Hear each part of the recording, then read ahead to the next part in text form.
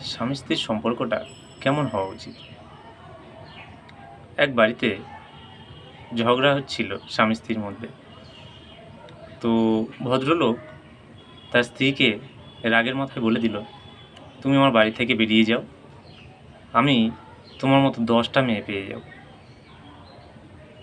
তার স্ত্রী তার উপর রেগে না গিয়ে হেসে তাকে উত্তর দিল, "ও, তুমি তাহলে আমাকে এতটাই ভালোবাসো যে আমার মতোই আরও ১০টা মেয়ে তুমি চাও বা পাবে।"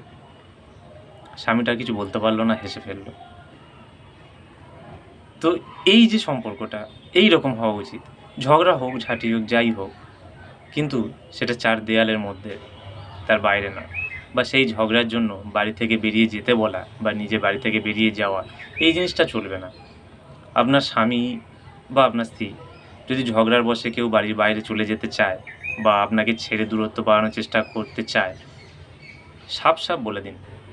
মেরে ঠ্যাং ভেঙে দেবো, বাড়িতে বসিয়ে রেখে দেবো। চেঁচামেচি যা হবে বাড়ির মধ্যে হবে, ৪ দেয়ালের মধ্যে হবে। ৭ জনম জানি না।